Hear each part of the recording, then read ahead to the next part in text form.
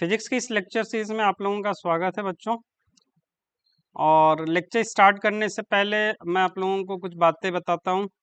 इस क्लास में आप लोगों को फिजिक्स के बेसिक्स, बिल्कुल बेसिक्स से आप लोगों को बताया जाएगा और कोशिश ये की जाएगी कि इसको बढ़ाते हुए हम आईआईटी जेईई और नीट के एग्ज़ाम्स की तैयारी भी कर सकें। हम प्रॉब्लम्स भी क्लास में करेंगे, कुछ न्यूमेरिकल्स वगैरह सॉल्व करेंगे और कुछ थ्योरीज को न्यूमेरिकल के थ्रू, एग्जांपल्स न्यूमेरिकल्स के थ्रू ही समझने की कोशिश करेंगे। सबसे पहले मैं अपना इंट्रोडक्शन दे देता हूँ। मैं हूँ डॉक्टर विपिन कुमार साव। ओके, मैंने BTech, MTech and PhD ACE में की है। मेरा ब्रांच ईसीई था। ओके, और मैं अपने इंट्रोडक्शन के बाद आप लोगों को बताता हूँ कौन कौन से बुक्स पढ़ने हैं या फिर किस किस बुक्स को मैं कवर कर रहा हूँ। मैं जो ट्राई कर रहा हूँ, मैं एनसीईआरटी, बेसिकली मैं एनसीईआरटी को फॉलो कर रहा हूँ। ठीक है, एनसीईआरटी के हर एक टॉपिक को कवर करने की कोशिश करूँगा, लेकिन केवल एनसीईआरटी नहीं, मैं इसको आगे बढ़ाते हुए एचसी वर्मा, आप लोगों ने एचसी वर्मा का कंसेप्ट्स ऑफ फिजिक्स देखा होगा। अगर नहीं है तो मैं रिकमेंड करूँगा कि आप इसको परचेज भी कर लें। एचसी वर्मा के प्रॉब्लम्स को हम लोग कोशिश करेंगे कि उनको प्रॉब्लम्स को बनाएं।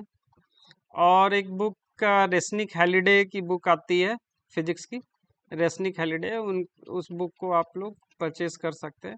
तो बेसिकली मैं ये इन्हीं बुक्स को कवर रिकमेंड करूँगा कि आप इन बुक्स को पढ़ें, और जितना ज़्यादा आप पढ़ेंगे उतना ज़्यादा क्लियरिफाई होगा पूरे कंसेप्ट्स को। ये बुक्स काफ़ी अच्छे बुक्स है, इनके एक एक लाइन को आपको ध्यान से पढ़ना है। जहाँ नहीं समझ में आए वहाँ पूछना है कि सर ये समझ में नहीं आ रहा है, ये चीज़ें क्लियर नहीं हो रही हैं, तो वो चीज़ें आपको पूछनी है। ओके, नेक्स्ट हम बात करते हैं मोटिवेशन का। मोटिवेशन ये है कि अगर आप बिल्कुल बेसिक कंसेप्ट समझ रहे हैं तो आप लोगों को प्रॉब्लम्स करने में दिक्कत नहीं आएगी। तो स्टार्ट करते हैं लेक्चर्स बच्चों।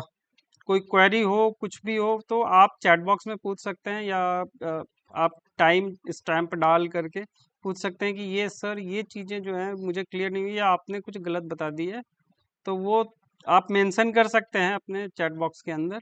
ओके, तो स्टार्ट करते हैं लेक्चर। सबसे पहले तो अगर एनसीईआरटी की बात करते हैं, एनसीईआरटी में जो सबसे पहला हमारा है कि what is science and what is so called scientific method. सबसे पहले तो साइंस, साइंस जब भी हम बोलते हैं तो साइंस का मतलब है कि हमारे आसपास जो कुछ भी है, जो फिनोमिनन घट रहा है हमारे आसपास, उनको डिटेल में स्टडी करना, उनको डेप्थ में पढ़ना कि क्या चीज़ें हो रही हैं, क्यों हो रही हैं, ये साइंस के अंदर है। साइंस में आपका केवल फिजिक्स ही नहीं आता, केमिस्ट्री, मैथ, सारी चीज़ें आ जाती हैं। सोशल साइंस, सोशल स्टडीज़ जो है वो समाज के बारे में हम लोग स्टडी करते हैं। साइंस बेसिकली जिस साइंस की हम बात कर रहे हैं अभी, उस साइंस में हम बात करेंगे कि जो आसपास घटनाएं घटती हैं, उन घटनाओं को हमें समझना है कि वो घटनाएं क्यों घट रही हैं, उसके पीछे क्या लॉजिक है, क्या कुछ फेनोमेनन है। तो अगर रिटर्न वे में अगर इसका डेफिनेशन देखें तो science is a systematic attempt to understand natural phenomena in as much detail and depth as possible and use the knowledge so gain to predict, one thing is important, that is predict, modify and control phenomena. आज जो कुछ technology की बात करते हैं, हमारे पास mobile है, हमारे पास टीवी है, हमारे पास कंप्यूटर है, हमारे पास आसपास जो भी गैजेट्स है, इलेक्ट्रॉनिक्स गैजेट्स देख रहे हैं, इलेक्ट्रॉनिक्स ही नहीं, आसपास आप मैकेनिकल गैजेट्स भी देख रहे हैं, आपका एसी है, फ्रिज है, वॉशिंग मशीन है, वॉट एवर आपके आसपास जो भी फिनोमिनन घट रहा है, कहीं ना कहीं हमने पहले समझा चीज़ों को कि वो कैसे काम करती है, फिर उसको एप्लीकेशन बना करके हमने कंट्रोल फेनोमेनन के थ्रू, एप्लीकेशन के थ्रू हमने उन एक नई टेक्नोलॉजी जनरेट की। उसके बारे में पढ़ते जाएंगे कैसे कैसे चीज़ें इवॉल्व होती हैं। ठीक है, तो scientific method involve several interconnected steps. सबसे पहला काम हमारा होता है ऑब्जर्वेशन। ये ग्राफिकल अप्रोच से हम फिजिक्स में भी, अगर हम फिजिक्स की बात करेंगे तो फिजिक्स भी यही, इस फिजिक्स के अंदर भी यही काम करेंगे। सबसे पहले हम फिजिक्स के अंदर जो भी लॉज बनते हैं ना, उसके सबसे पहले हम क्या करते हैं, ऑब्जर्वेशन करते हैं।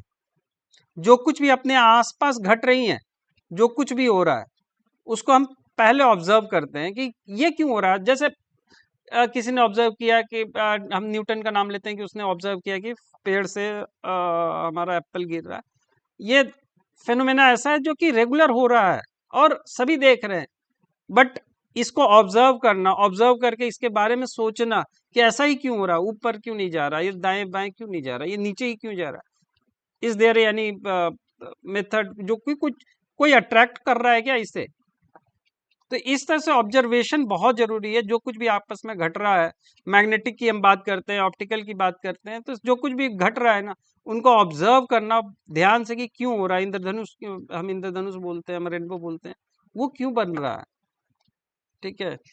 Control experiment, qualitative and quantitative, दोनों रीजनिंग बहुत जरूरी है। नेक्स्ट है, जब भी हम कुछ भी ऑब्जर्वेशन करते हैं उनको मैथमेटिक्स में लेके आना बहुत ज़रूरी है, क्योंकि मैथमेटिक्स हमें मदद करता है उसको आगे बढ़ाने में। मैथमेटिक्स ऑलरेडी डेवलप है, अगर उसको मैथमेटिकल रिलेशन में हम बदल देते हैं तो देन हमारे लिए आसान हो जाते हैं चीज़ों को आगे बढ़ाने में। आगे हम देखेंगे कि कुछ चीज़ें ऐसी हैं जो पहले मैथमेटिक्स आई, बाद में उस फेनोमेना को हमने फिजिकली वेरीफाई किया। जैसे फॉर एग्जाम्पल ईएम की बात कर लेते हैं। ईएम की मैक्सवेल ने पहले हमें कंसेप्ट दिया मैथमेटिकली, बाद में हमने प्रूफ किया कि ईएम वेव सच में होती है। Then prediction and verification of fascination of theories, जो भी हमने थ्योरीज बनाई हैं उसको, जो भी हमने उसको वेरीफाई करना भी उतना ही जरूरी। तो एक तरह से ये 4 स्टेप्स फिर से मैं रिपीट कर दे रहा हूँ। Systematic observation first, then second step is control experiment, qualitative and quantitative reasoning. Third step is mathematical modeling, and fourth one is prediction and verification of यहाँ मैंने फॉल्सिफिकेशन का मतलब ये है कि कहीं उसमें कुछ मिस्टेक्स तो नहीं है, कुछ एरर्स तो नहीं है, उनको निकालना है ऑफ थ्योरीज। नेक्स्ट स्लाइड में हम देख रहे हैं कि कुछ एक्सपेरिमेंट्स, जो कुछ भी हमने बात की है, मैं सबसे पहले ये बोलना चाह रहा हूँ कि धीरे धीरे धीरे धीरे चीजें इवॉल्व होती हैं। हम डायरेक्ट कोई भी चीज नहीं कहते हैं, पहले वो चीजें इवॉल्व होती है। जैसे कैपलर, जो कैपलर की हम बात करें, कैपलर 1571 से 1630 उसका लाइफ टाइम था उनका। उन्होंने एग्जामिन किया कि किस तरह से प्लैनेटरी मोशन हो रहा है। उस पर उन्होंने बहुत ज्यादा डाटा इकट्ठा किया। आगे हम कैपलर्स लॉ पढ़ेंगे, ग्रेविटेशन चैप्टर जब आएगा तो हम कैपलर्स लॉ पढ़ेंगे। उन्होंने काफी ज्यादा ऑब्जर्वेशन किया, ठीक है, और उनके एग्जामिन के बेस पे वो ये जो इन्होंने जो डाटा को एग्जामिन किया, वो किसका कलेक्शन था, किसने कलेक्ट कर रखा था? ब्राहे ने। मतलब डायरेक्ट कैपलर डायरेक्ट नहीं आए, पहले उसके पहले ब्राहे आए, और ब्राहे ने पहले ऑब्जर्व किया प्लैनेट, उसका डाटा तो जो भी डाटा इन्होंने इकट्ठा किया उसको एग्जामिन करके लॉज इन्होंने दिए, कैपलर ने दिए, कि कैसे हमारे सोलर सिस्टम सन के अराउंड रिवॉल्व कर रहे हैं, कैसे पूरा का पूरा प्लैनेटरी मोशन चल रहा है, ये पूरा का पूरा। फिर आगे चल करके ये चीजें इनके पहले भी इसको ऑब्जर्व किया था कॉपरनिकस ने।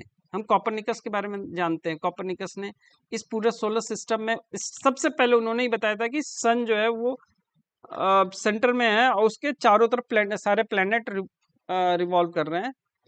ओके, चारों तरफ सारे प्लैनेट घूम रहे हैं, सबसे पहले कॉपरनिकस ने ही बताया था। फिर उसके बाद डाटा इकट्ठा किया ब्राहे ने, फिर उसके बाद उस डाटा के बेस पे कुछ थ्योरीज दी कैपलर ने, ठीक है। तो इस तरह से सिस्टमेटिक वे में चीजें चलती जाती है।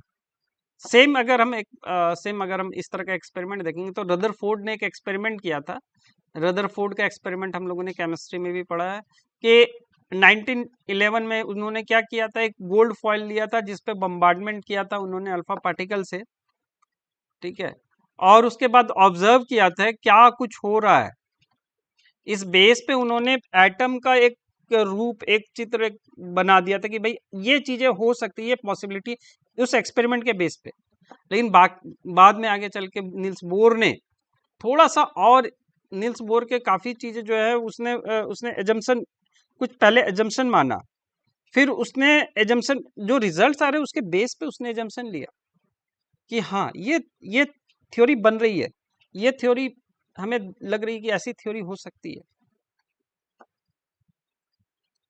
इस तरह से उसने एक हाइड्रोजन एटम, फिर उस जन्म हुआ किसका, quantum theory of hydrogen atom, जो नील्स बोर ने दिया था।